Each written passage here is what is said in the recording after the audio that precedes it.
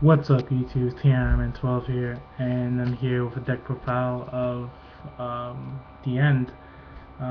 Basically, I'm doing a deck profile of the deck that I let my boy Sean Cougar borrow at our qualifiers, which he came in first place, undefeated. I can show you his paper. I think you can see it, hopefully. Yeah, there you go. Yeah, as you can see, it was held at Toy Wiz, upstate Nanuet. It's kind of close to New Jersey. It's not that far, like 25 minutes. And also I have my own invite, but this one I won with Duke. And I'll show you deck profile this a little bit later. But I'm gonna show you my boy Sean Cougar's deck. Well, basically it's my deck. I let him borrow it because in he was in the moment of building it, but unfortunately he didn't have time to get everything he needed. So with that, I just let him borrow my VN deck, and he went completely undefeated. I'm more than happy for him. I wish I played my own DN deck. I actually had to struggle with my Duke deck, but everything worked out, thankfully. I'll explain everything. Just give me a few minutes, and yeah. All right, we'll get this started. Obviously, we have the four Overlords. The cross ride. So there's a rear guard. 11k beater is pretty broken no matter what. And his effect, Counterblast 3, which is pretty heavy for Counterblast, but it's perfectly fine with me because his effect is actually pretty broken. Gains 5k, and if it hits rear guards, it can attack once more again. But I am more than happy with that effect, just for the fact that it puts pressure on the rear or as a Vanguard. And it just makes your opponent's hand drop consistently down, which I'm pretty happy with at times. So there you go, four Overlords. And then we got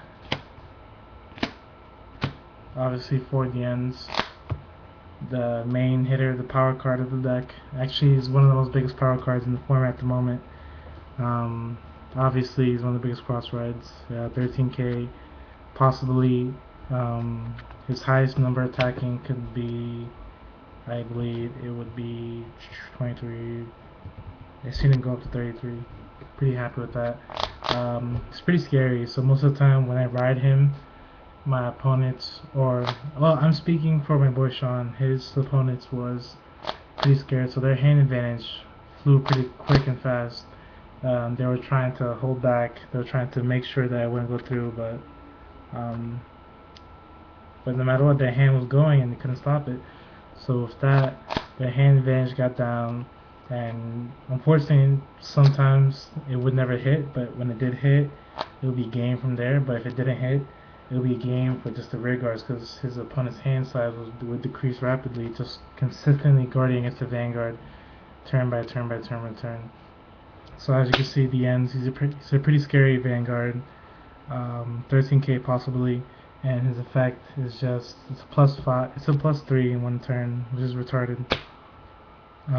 Just for the fact that getting another twin drive just for persona blasting and scored 2 cards, it's more than broken, it's just too loose. That's it for the grade 3s. And the grade 2s, we have 4 Burning Horns.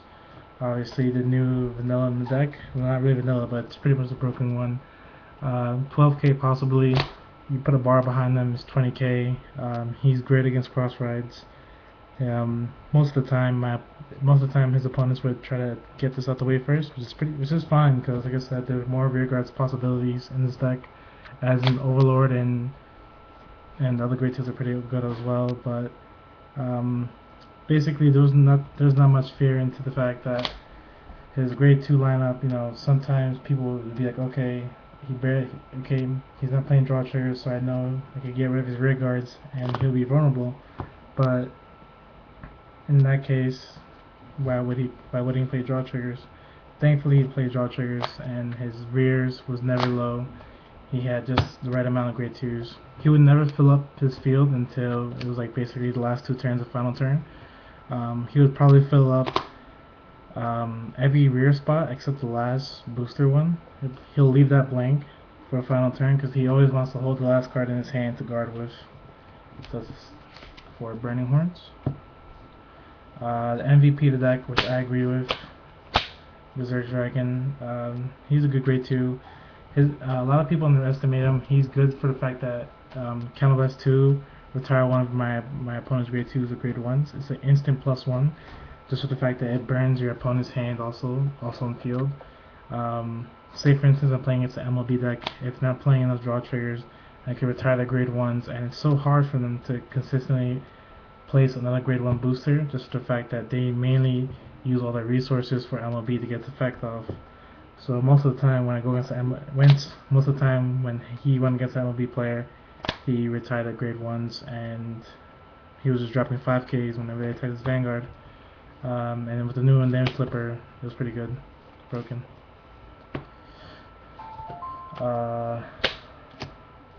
2 Nahalams, the vanilla, standard. Basically, 10k rear guards are pretty good no matter what. They get attacked by themselves. They don't need a booster to get hit almost anything that's not 11k or 13k or 12k. So, not enough. Let me explain that much. And 1 Velocity Dragon. It's a card from the new set. It's the damage on flipper. He only played 1. He always saw it. I always see it whenever I play this deck. Velocity Dragon is a good card no matter what. It puts pressure on the rear guards, and it makes opponents rethink about letting the attack go through whenever it attacks a Vanguard. So, he's actually pretty broken too when you ride him. Most of the time you wouldn't want to ride him, but say you ride him, Counterblast or Conroe, search, place in the grade 1. Most of the time they're just going to take the attack. So basically you ride him, you're going to unflip the damage automatically that turn, which is pretty broken to me. That's it for grade 2s, and now the grade 1s. We have 1, 2, 3, 4 bars. 8k vanilla standard, put these behind Burning Horns, instant 20k column. Not much to say really. 8k vanillas are good against crossrides, especially this format, unfortunately. I'm actually getting a little bit tired of this format. Hopefully the format changes when set 8 comes out, I believe. 4 Baris, 4 Perfect Guards. These are necessary now, just the fact that crossrides are big. There's Azel, Duke, crossrides that hit big numbers all the time now. So does Coco, Alfred, now you need. I mean, it's just our opinion to make 4 Perfect Guards. It's not necessary, but you know, it's how the format is right now at the moment. I believe, let's say, I'm trying to bring up some there. I actually don't know. I'm sorry. 4 Perfect Guards, yeah. 4 Perfect Guards is a new format. Perfect defense, basically, and you can't lose with that. Some people say 3 Perfect Guards are fine, but I believe 4 are perfect. Toon Kimnaros, the grade 1 retire. It's a 1-for-1 card. Not that too much of a big of a fan of him. Most people like him. I just played 2 of him, unfortunately. Don't have that much space. He's okay. He puts pressure. He doesn't put pressure. He just takes up rear space, and I'm fine with that. But I wish he just wasn't 1-for-1. To me, he's pretty good as a bully card. Basically, when I know I have so much advantage and momentum over my opponent, I would use the effect, just retires boosters, just like Berserk Dragon. It's a 1-for-1, but it comes pretty handy when you're in a lead. Let's see. 2 Gojos, basically to increase the chances of me not being gray locked. He actually saved me a lot of games, not gonna lie, from being gray locked. To 7k, so it could hit crossrides and also put him behind Burning Horn. He's a 19k column, not bad. Another favorite card of mine, 2 Heat Nails. Heat Nails is broken, especially in rear guards. It's a pressure card, and mainly it works perfectly fine if it hits. It puts back a grade 1 into my deck, which I'm fine with, but it retires a grade 1 of my opponent. So it's no counterblast, but the bad part is it goes back to the deck, increasing the chances of me not getting a trigger. Pretty sad about that, but it's well worth in the end, especially if my opponent discards heavy against my rear guards that this is behind. Like I said, with this deck, it mainly concerns with decreasing my opponent's hand, which I'm pretty happy with. Now trigger lineup for heals, standard. I wouldn't play less more than this, especially in Kageros. Kageros need 4 heal triggers. If you want to be aggro, go ahead, but pretty happy with 4 heal triggers at the moment. And here's where the trigger lineup gets a little bit sketchy. I play 1, 2, 3, 4, 5, 6, 7 criticals. Blu-ray Kid, he's my favorite crit. and then 3 tars because he says penetrate. Literally, he says penetrate. I don't know if you can read that part. Yeah, there you go. Penetrate.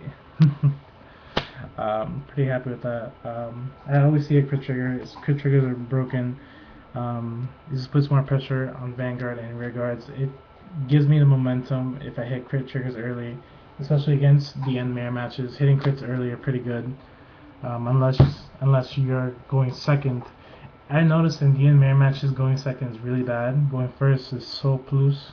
You have so much advantage. You have third turn to go the end attack or activate, especially when it's just starting. So you know your opponent has no cards in hand. So yep, 7 crits, and then as you already know, you counted already. Play 5 draw triggers.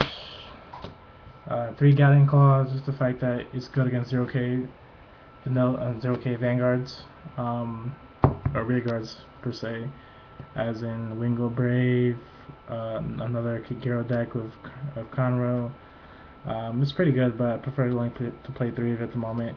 I played 2, I forgot her name, Dancing, Dragon Dancing, Monica, I'm sorry. I played 2 of her because she's a 5k, so she's a good booster no matter what. It helps out with boosting a 10k vanilla or my 12k Burning Horn. I'm pretty much happy with that. I wouldn't play 4 Gatling Claw because at times when I see this scenario come up, I don't really need to do it. So I prefer to have 5k boosters, and I'm okay with using draw triggers as boosters because they're 5k shields, so it doesn't really bother me. And then obviously Starter Vanguard, Conroe. That's all we have for now. So best searcher, Sang in the deck. It's not a plus, but it thins out the deck, increase the chances of getting grade 2, grade 3s, and increase the chances of getting your triggers. Like I said, my boy Sean Coover, he went undefeated with his deck. I wish I played it instead of him, but like I said, he needed a deck and let it borrow it. I could honestly say I feel that even my boy Sean Coover said it. He said we both agreed that anyone can play the end. The end is not a complicated deck at all to play. It's actually pretty easy to play. It's an overpowered deck at the format already. You could see it top so many regionals more than MLB. And the end's not just hype. The end's actually a good deck. It's not bad at all. I wish the format would change already, because I'm getting a little bit tired of seeing the end mirror matches or seeing the ends. I prefer the format to change just because the game is actually becoming less fun to me. Before Crossfires came out, I was really hyped for them to come out. Now it's just killing the game for me.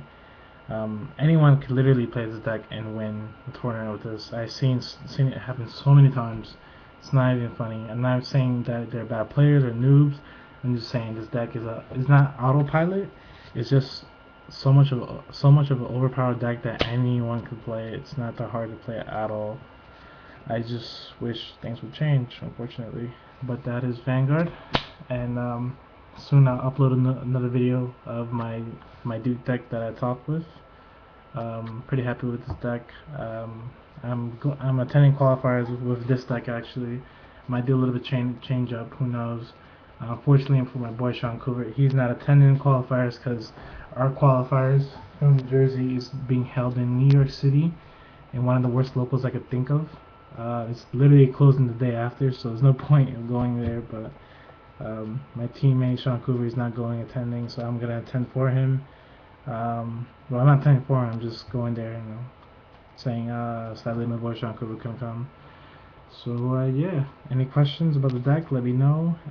PM me if you think the deck needs better changes. Any opinions are considered. And that's it for my deck profile of the end. There, guys.